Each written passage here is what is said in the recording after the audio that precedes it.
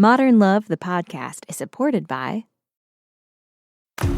Produced by the iLab at WBUR, Boston.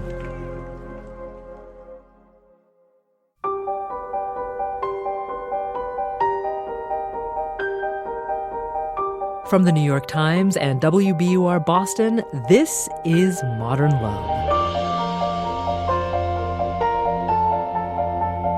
Stories of love, loss, and redemption. I'm your host, Meghna Chakrabarty.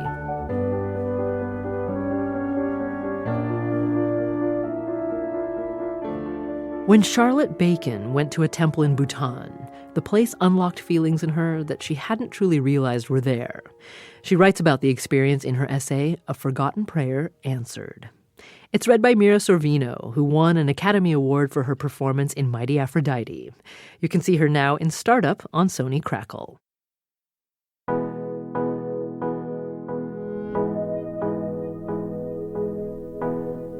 On a cold March night nearly 2 years ago, not long after we learned that the baby I was carrying had all his chromosomes in a sequence that spelled health and wholeness, I was lying in bed next to my husband, marveling at this unlikely turn of fortune, when I remembered Chimi Lakang. Chimi Lakang is a dusty temple in Bhutan, a country where 2 summers before I had taught composition at a college. Bhutan is tiny, caught like a bead between the masses of China and India. Through the protective arc of the Himalayas and a strategic choice of alliances, Bhutan has preserved its borders and its culture. It remains stunningly itself, indifferent to Western notions of success. The country restricts tourists to a standard itinerary of sites and small towns. It's one of the ways the Bhutanese keep their country pristine. To go anywhere, you need guides and permits, and most visitors must pay steep daily fees to peer into the quiet recesses of old fortresses and stare at jagged mountains. On one of our last days there in late August, my husband and I decided to spare our 2 children a long car trip and visit a few of these places on our own. Chimi was one of them. When I told some colleagues that we were going, one woman, a resident of Bhutan originally from Japan, said, "Hey, give the monks a picture of our baby. She's one of theirs."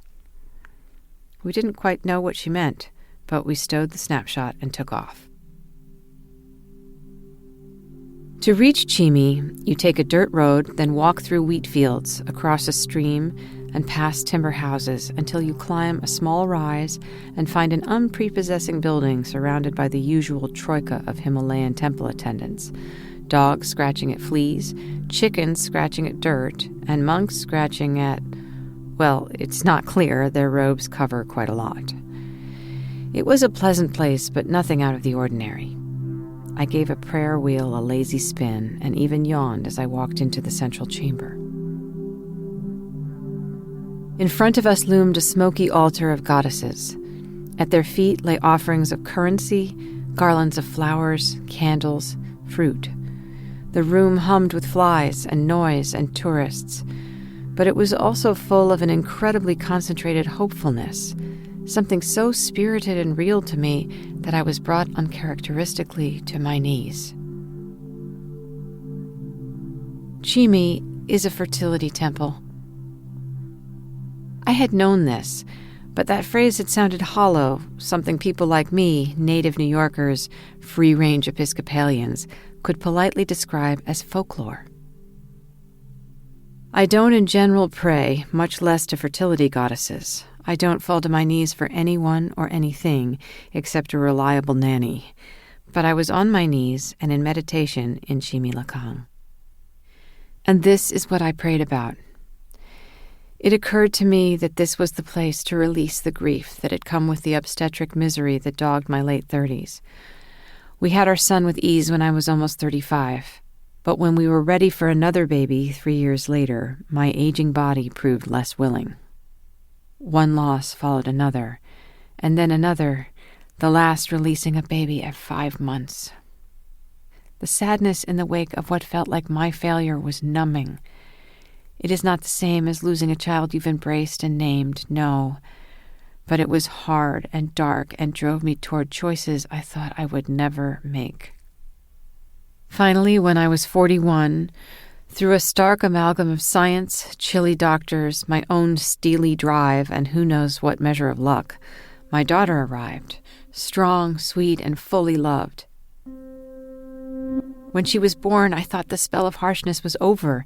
She had redeemed those losses. They were grieved and gone, and I could lose myself instead in her, and I did.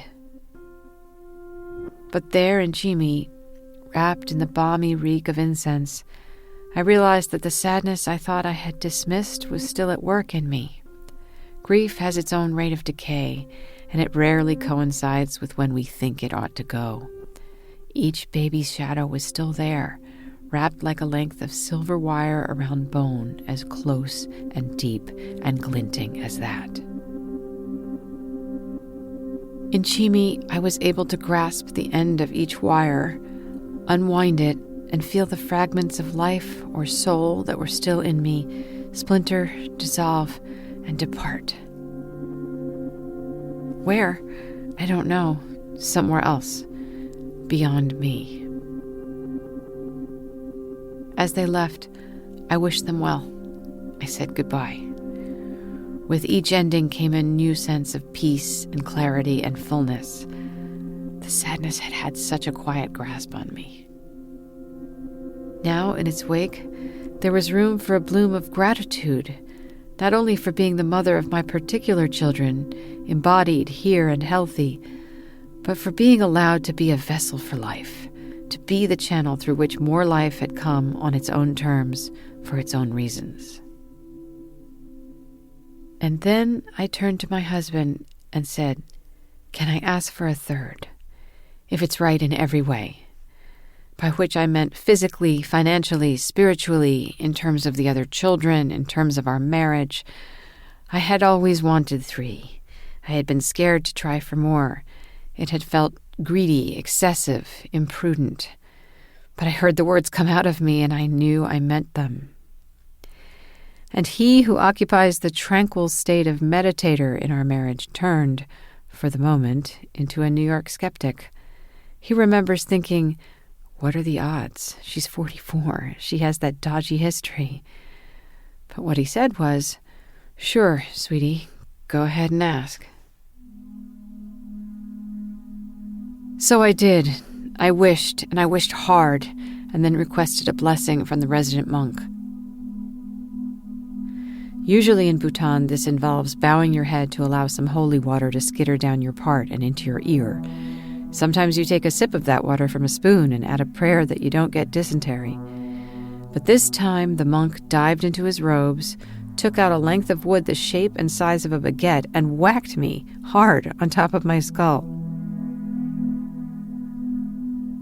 We laughed about it afterward, expecting water, receiving wood and a large lump. And then we walked back under the blue sky, climbed into the car, drove over the pass, and forgot about the whole experience, entirely. Even after learning 5 months later that I was pregnant.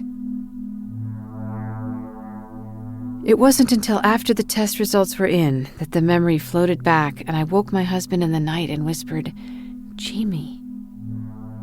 Why didn't I remember what I'd wished for so fervently? At least part of the answer is I never expected that desire to be fulfilled. I stated my hope and then released it, as clearly as I'd released that old grief. Late in the pregnancy, my former doctor told me that the odds of my conceiving a healthy baby were about 1,000 to 1. 1,000 to 1! If I had known that, I think I would have spent the whole 9 months in a ball, venturing out only for ultrasounds. Instead, I got rounder and rounder, rolling down the sidewalks of Brooklyn until Isaiah, all 10 healthy pounds of him, arrived in October 2010. Oh, the mysteries of why he's here. At one level, of course, it's just the workings of biological chance. A friend calls these unexpected additions martini babies, yet I can't even blame alcohol. What part of luck is carelessness for whatever reason? And what part is foreordained? and what to make of a family in which one baby sailed into being when desired, one we worked and suffered for, while our last was invited in without expectation that he would accept. I left the picture my colleague had given us at Chimi. I saw in faded photo albums the tiny faces of the babies whose parents believed that the temple helped bring them into being.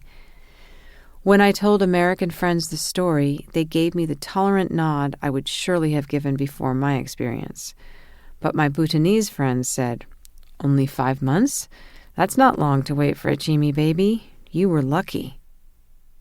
Straightforward and calm in the face of what I saw as a near impossible feat, they accepted as fact what I couldn't.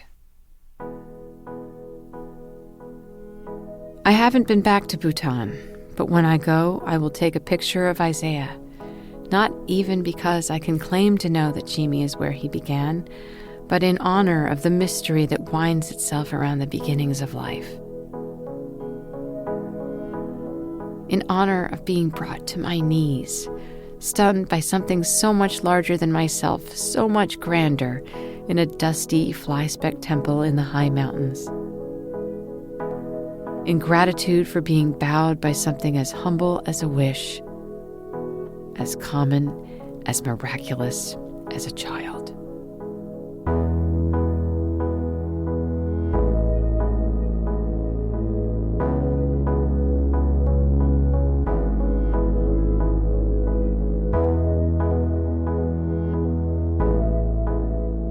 That's Mira Sorvino reading Charlotte Bacon's essay, A Forgotten Prayer Answered. We asked Mira why this was the essay she wanted to read. I just found this piece very moving. I'm a mother of 4. I always wanted 4. I had my first baby at 36. I did have a couple of miscarriages, and they were very early, but they were very sad. Like, it's kind of unbelievably sad to lose something that you feel is like a little soul growing inside you, even if it's super early.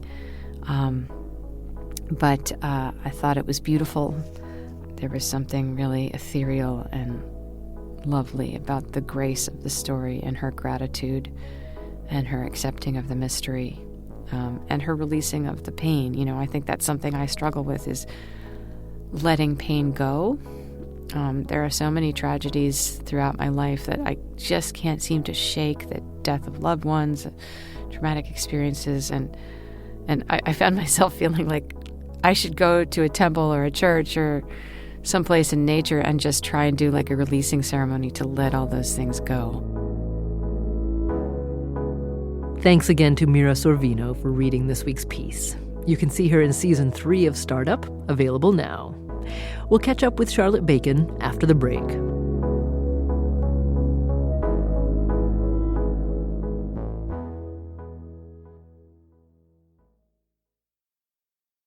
Charlotte Bacon told us that she wrote this piece because her experience in Bhutan had such an extraordinary and unexpected impact on her life. I didn't expect to be as honest with myself as I was in that place, and to experience this desire for a third child. It felt so selfish. It felt so huge. And then when mysteriously, miraculously, it resulted in this incredible baby, I thought, well, that's a fairly unusual thing, this sort of process of asking and wishing and then having it be granted. And I knew, because he was my third child and because he was my at least 6th pregnancy, that there were no guarantees whatsoever. It's truly hard for a human to come into the world. The rates of miscarriage around the world are very high, especially for first pregnancies. And they're often such unspoken losses, and people are so reluctant to admit that it's happened. It feels like a personal failure for many people. I know it did for me.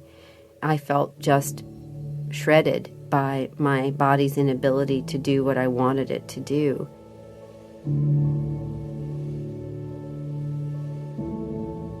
There is little that I've experienced as intensely as when I was going through this period of infertility, walking past playgrounds filled with screaming children and parents, and watching it with the most exquisitely painful longing, wanting nothing more than to have my arms around that baby. And I thought I would never survive it. I thought it would kill me. And we were blessed with not just one, but 2 more children. And whenever I feel exhausted or upset that I can't take a shower without being interrupted, or I don't have time to finish my short story that I'm working on, or whatever it happens to be, I remember that longing.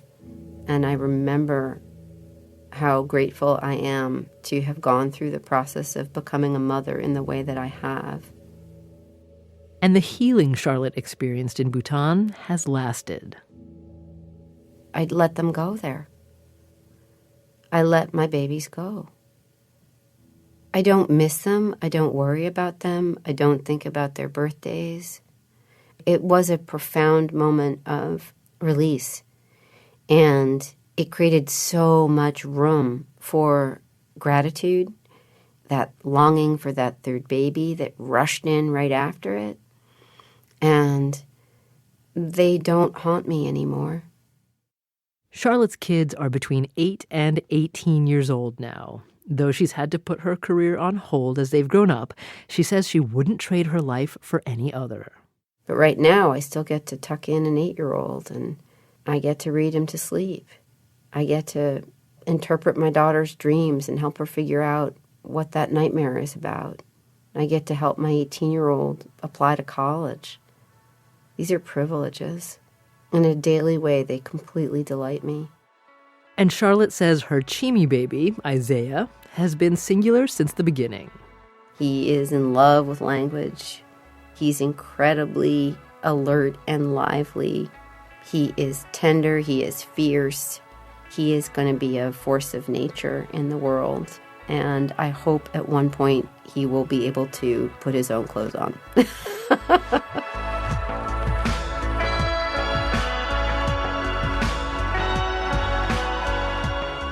That's Charlotte Bacon. She works at Dartmouth College and is the author of 5 novels, including The Twisted Thread and There Is Room for You. We've got more after the break.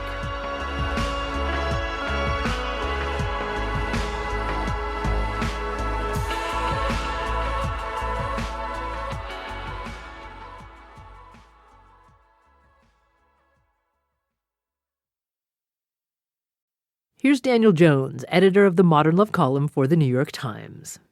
Whenever we run essays that have to do with some sort of spiritual healer, or more commonly, some sort of spiritual matchmaker, readers just seize on that, and they want to know who that person is. And, they're going to Bhutan, and where do they go? And they're going to Israel, and who was the rabbi who told you when you were going to find love and where? People are just desperate for those kinds of inexplicable, interventions that lead to what you want, because they're just so tired of being frustrated and feeling like it's all in their hands. And they just can't wait to turn it over into somebody else's hands, or into just a sense of faith.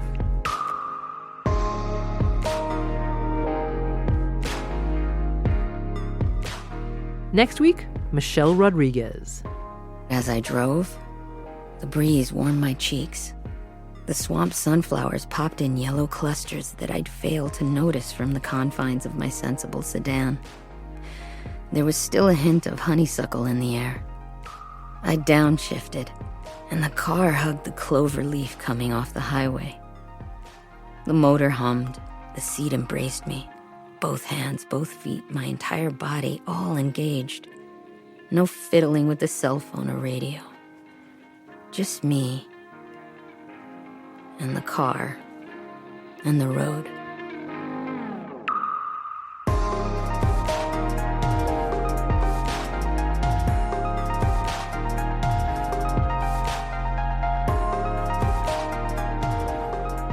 Modern Love is a production of the New York Times and WBUR, Boston's NPR station. It's produced, directed, and edited by Jessica Alpert, Caitlin O'Keefe, and John Parati. Original scoring and sound design by Matt Reed. The idea for the Modern Love podcast was conceived by Lisa Tobin.